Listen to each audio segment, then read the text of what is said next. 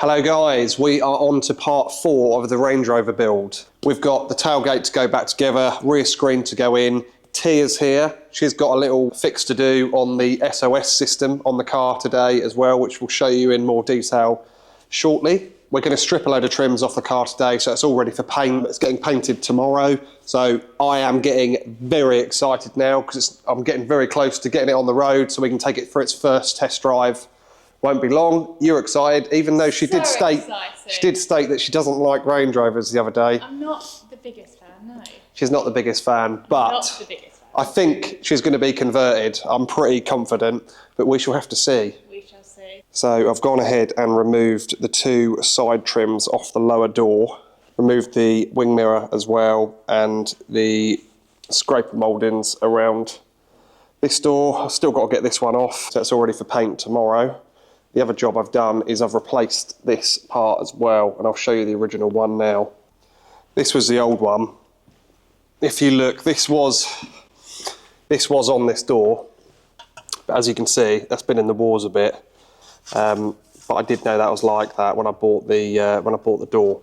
But to get this out, there's 1, 2, 3, 4 bolts in here. You've got to take the window out, window regulator out, all the door seals, everything like that, to be able to get this panel out. So it's actually quite involved. It's quite a big strip down just to get this one part out. I didn't video it, but I've got that bit swapped over anyway, which now looks considerably better. So obviously getting this door painted, they're going to do a repair on this wing because it is actually dented and scratched very badly here. So this is going to get repaired, painted. They're going to paint this door. We're going to take the door handles out as well and get these painted.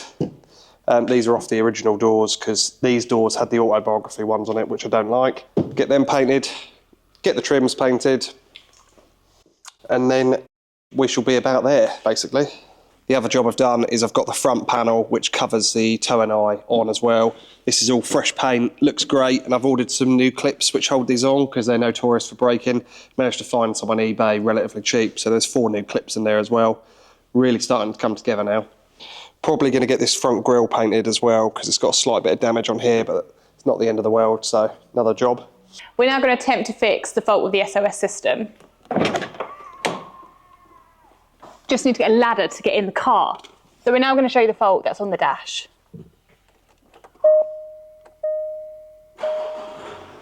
So this is the fault that we're going to try and fix.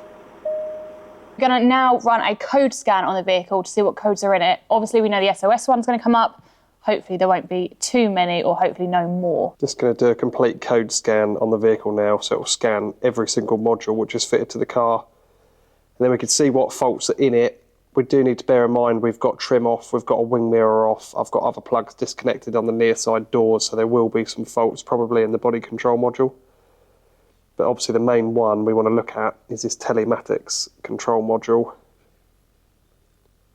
There you go, telematic control module, 1 fault. Trouble codes. Backup battery. There we go. So this is the code we've got on here, if you can see that, backup battery. So let's go ahead. Tia's going to fit the new one now, and then we'll go again. I'm going to try and explain this the best I can. So when a car has been sitting for quite a long period of time, i.e. when a car's been in the salvage yard, for example, Copart, the auxiliary battery in the telematics control module will go flat. And then that's what will bring up this SOS fault. So if you ever look at Copart and look at any listing, usually the Range Rovers, Land Rovers will have this fault flagged on listing. So we're going to hopefully show you how to fix that. And we'll also show you whereabouts that battery is on the car. So we ordered this from Land Rover yesterday. It's now turned up. So this is what it looks like. And I'm sure Alex is going to moan at me how I open this box. This is it. So basically it's 2 AA batteries and a wire. So when the battery is depleted, this will never charge up again, so it needs to be replaced. We've located the telematics module. It's on the passenger side behind the C pillar. So if you look in there, we believe it's here. So there's a torque screw here. We're going to undo that to gain access to the battery.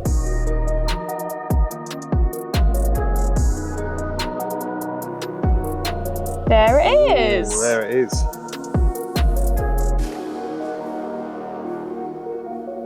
So we're going to unplug this here. There you go. Here's the old one. Here's the new one. Don't get muddled up.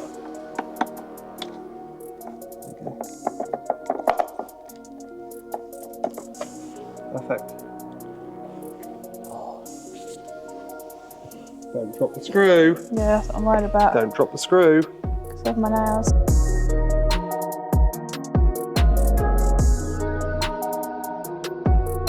We're going to get in it and see if the message is gone.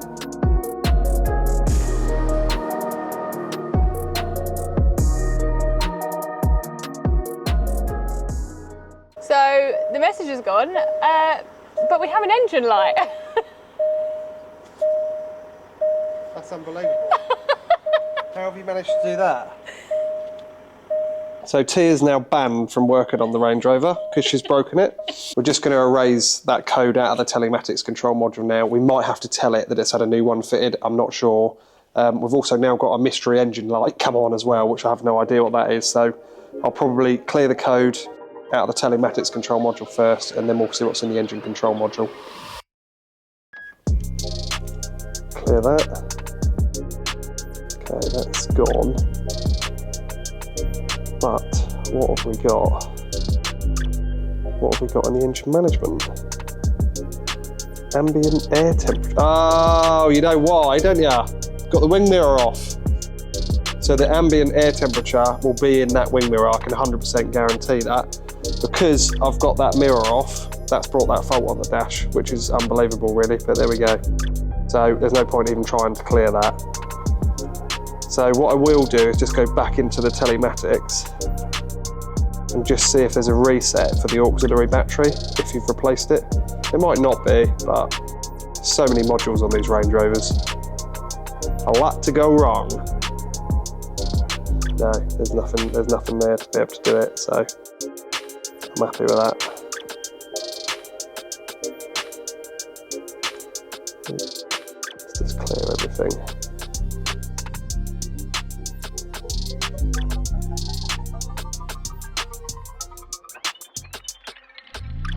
I'm presuming that's going to be to do with that air temperature sensor. Invalid serial data received. I don't know what that's about. Okay, good. Well, I'm happy with that. So the other issue we've had with the car is we can't get the SIM card to read in it. Now, it did have a SIM in it, but it doesn't work. So I've gone ahead and ordered a data-only SIM off Amazon. I think it's about 30 quid. And we're going to try putting this in to see if we can get signal basically out of the car. You need to be very careful when installing these SIMs because they have to go in a certain way. And apparently they have a lot of problems with the SIM card reader. So you should be able to hear it actually click like that. So you know it's all the way home and it's all the way in. So we are going to try and see if the SIM's going to work. So we just need to go onto settings, all settings, down to connectivity. And for some reason it's saying connectivity not available, which we've never had before. And this is where we've been having the problem, it hasn't been reading the SIM. Technology, eh? Couldn't live without it. And there you go, it doesn't work. Connect the vehicle via the vehicle SIM card. We actually believe that there could be a problem with the SIM card holder itself. Apparently it's a common fault, but this SIM card, which was in the car, doesn't read. The new one I bought doesn't read. I dread to think how much this is going to be, but it might be something I have to look into. Look at that, look. Look, it's still got stickers on. Can't get it out there. Look at that, still got stickers from factory on it. Amazing. Got a fridge in there as well. Bottle of plonk. Why would you put plonk in a fridge? Oh yeah, you wouldn't put a bottle of plonk in our dictionary as red wine, if you're wondering. So we are trying to do a software update on this as well. So we've actually hotspotted Alex's phone to do the software update. We've just completed the software update. The SIM is still not connecting. So if anyone knows how to fix this, if you could let us know in the comments, that would be great. Any help is appreciated, but it's not working. A bit of an accident the other day, which involved this button here And as you can see, it says SOS, save our souls. Big red button. I pressed big red button, and within about 20 seconds, I had somebody from the emergency services shouting at me. I managed to record the last bit of it, so check that out here. Got all that open. Yeah, so I'll just follow the instructions. I think it's my fault because I accidentally let go of the button. It's fine. Sometimes it's also worth if you've had a fact, you're just doing an ignition cycle as well, so switching it off, switching it back on. I see. Right. Okay. Thank you for that. All right. No problem at all. Thank you. Thank you. Bye bye. And yeah, it's all a bit of a disaster. I was supposed to press this button, but I ended up pressing this button. So blurred. But I've learnt my lesson now, so yeah, all good. So I've got Kieran coming down tomorrow, and we're going to get the rear tailgate back on, glass glued in, and hopefully get that whole rear end buttoned up so it's all done, all being well, and then to the body shop. If you're enjoying the Range Rover rebuild, make sure you check out our other videos because we've also rebuilt the Aston Martin Vantage.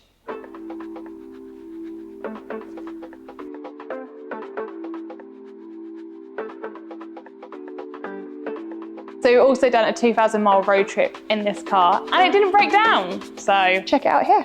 Little short arselet. Needs a little pair of steps so you can get in and out. Show them your steps.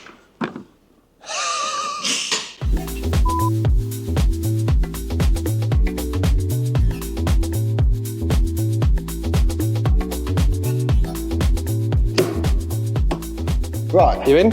Yeah. It's going to be angry.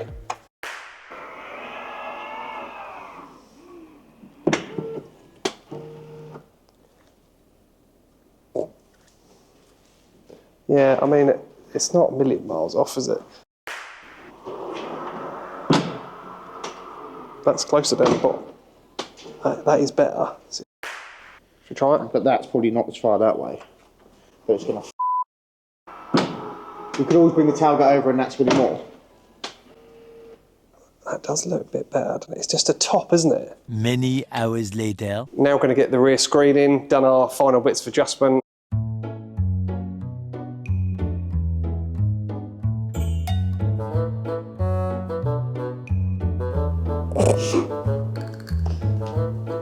He's going to come and fill your crack. Do you always put it on the glass? Depends. If it's a new glass, obviously it's easy to put it on the tailgate because you don't know where the glue can go. Obviously, if this weren't on here and this was a square screen, it's the glue can either go on the edge or in the middle, so it's easy to put it on the tailgate. Kieran's just applying a thin bead of screen glue around the edge. Then we carefully position it in place and then fit it.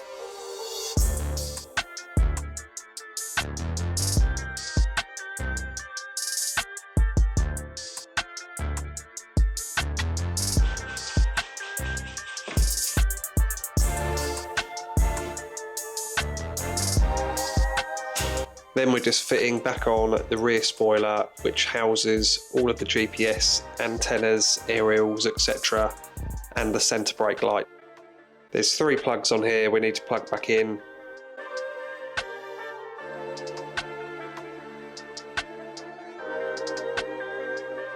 And then there's 6 bolts underneath we need to do up. Done.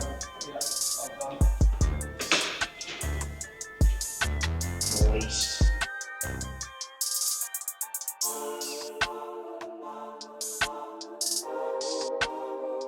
I see you through that gap in the roof. I'm not even joking. I stood there, it just went plop. I looked up in the middle of the roof. I just walked in.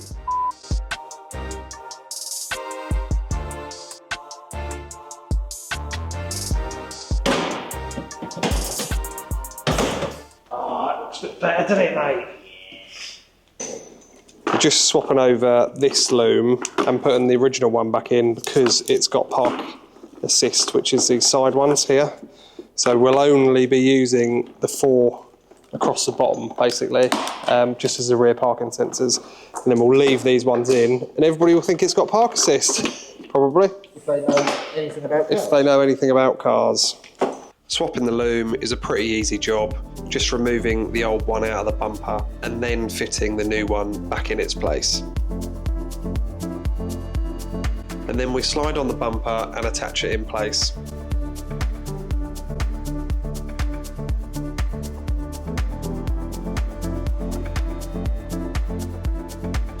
And last but not least, the two side trims go on.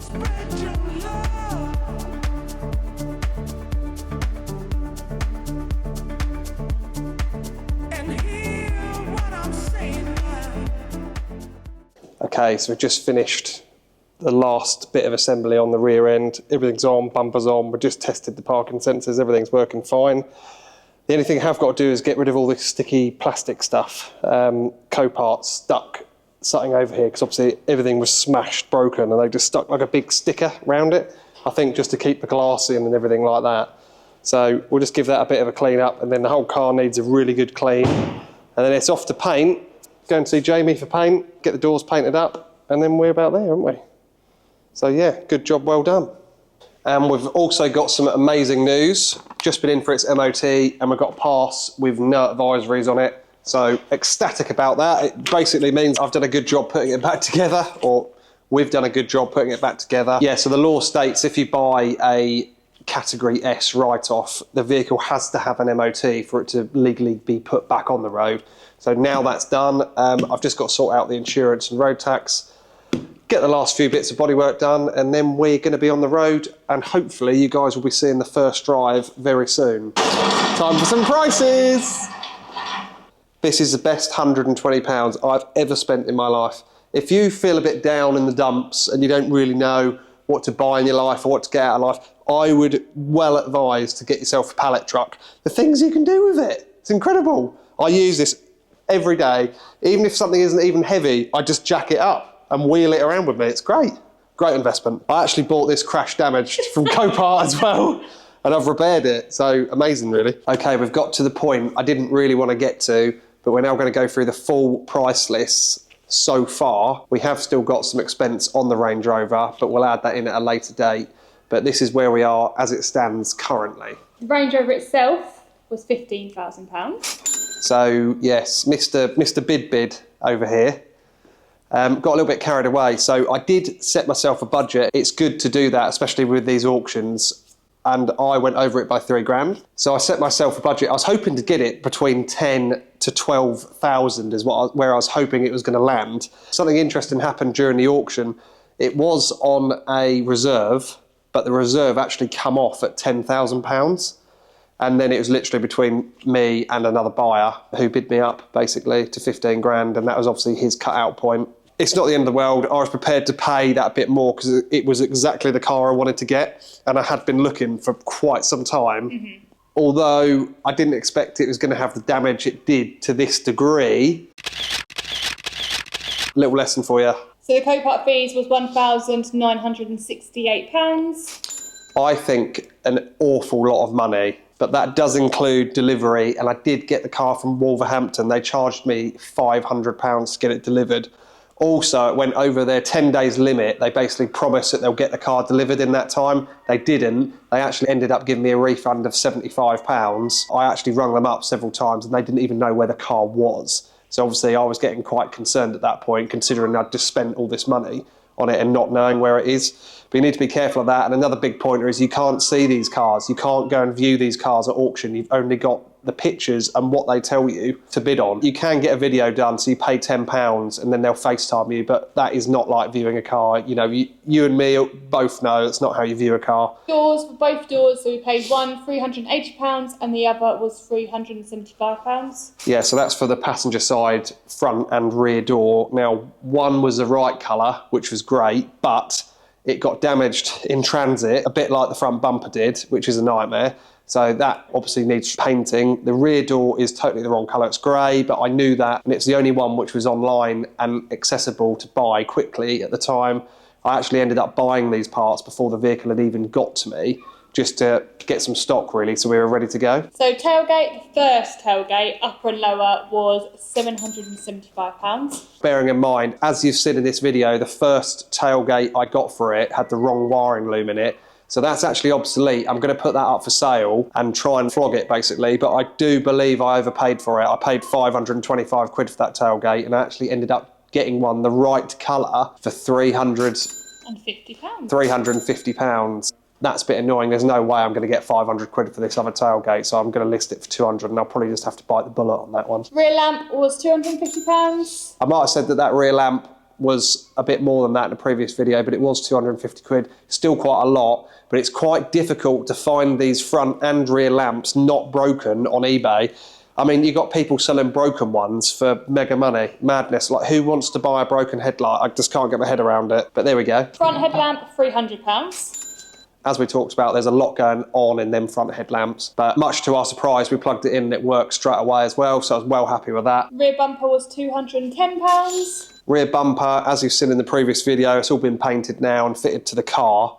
It did have park assist, that bumper, so I've got 2 more parking sensors which are obsolete now in the bumper, but I'm not worried about that. You can hardly see them anyway, they're hardly noticeable. And obviously that's all been painted the correct colour now as well. The front bumper, which also includes a £200 discount, we paid overall £160, so initially it was £360, but we paid £160. Yeah, so as we've talked about in the previous video, the bumper come damaged, which was quite upsetting, and I spoke to the seller and they instantly gave me £200 off the bumper, but it was actually damaged worse than I ever thought, but it's all repaired now, painted on the car, so at least that side of stuff is done. However, it doesn't have any fog lamps in it, but I'm not worried about that. It might be something at a later date. I actually get the correct bumper for the car, but it will do for the time being and I'm happy with it. The exhaust was £300. Yeah, again, I hunted high and low to get the exhaust for this because both rear boxes go into a central downpipe where there's an electronic flap in the exhaust system. That is all one complete unit. So obviously we knew it was going to be expensive, but I dread to think how much they would be brand new from Land Rover. I bet they would be astronomical price. I might even look it up and put it up here just so we can all have a laugh together. The rear panels was £1,200. So that's all the rear panels we had, the outer, inner, the lamp panel, rivets, everything we needed to do that job from Land Rover. Again, quite a lot of money, but we couldn't have done the job without getting it. The paint which we've paid to date, so this doesn't include the paint that we're going to have after this video, we have paid £600. So big shout out to Jamie again. He's done quite a few panels for us. Amazing, like he always does. And he's got more panels coming his way tomorrow because he's got plenty more to paint. For the small radiator, trims and wiring loom, we paid £700. Okay, that was for the small radiator you saw me fit in the last video. And the trims, the air ducting, which goes round the radiator and the part which holds the radiator. Also the wiring loom for the gesture tailgate. I don't know, I can't remember what it's called, but you wave your leg underneath the bumper and it opens the tailgate, although it doesn't seem to be working. So I need to look into that with a bit more detail as well. And miscellaneous was £460. So miscellaneous is including all of the little bits, all the trim parts we needed to build back up, the bumper clips, the panel bond, the rivets, lots of stuff like that, all the little bits and pieces we needed to do the job. That's what that's come in currently. And also including the auxiliary battery for the telematics control module as well. Which brings our total to... I hope it's going to be around 22k because I'd feel really happy if it was around 22k. So what's it going to be? 23? I was close. Hopefully it's low 23s. Oh, I like that. 23,028 quid. Do you know what? I'm well happy with that. That's not bad.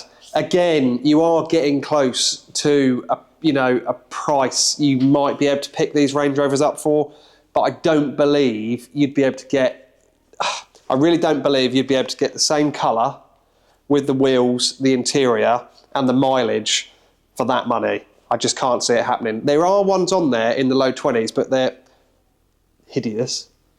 I mean, I perhaps wouldn't use that word, but they're not my cup of tea, and they've got horrible wheels on them. They're a horrible colour as well, and I do think the black cars drive a more premium price as well because they're more favourite. People want them, don't they? Well, we love a black car. We do like a black car.